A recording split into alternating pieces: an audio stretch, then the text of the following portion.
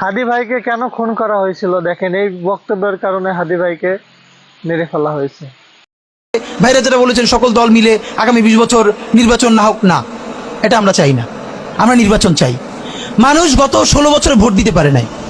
মানুষ আনন্দ নিয়া শীতের সকালে বাচ্চা কাচ্চাকে কুয়াশার মধ্যে লাইন দিয়ে দাঁড়াই থাকবে, ভোট দিবে। আমরা সেই বাংলাদেশ দেখতে চাই।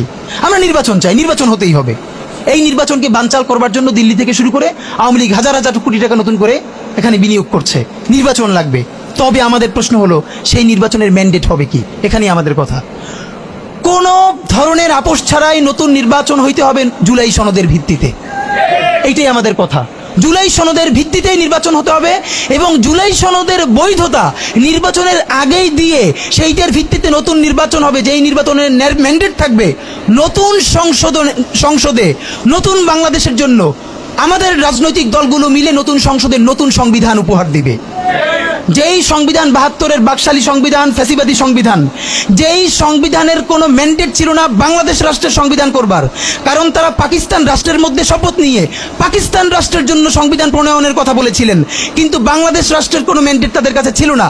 তারপরে তারা সংবিধান রচনা করেছেন, এরপরেও তারা একটা সেই সংবিধানকে লেজিটিমেট করবার জন্য একটা গণভোট দেন নাই।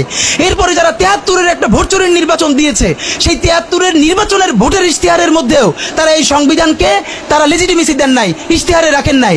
সেই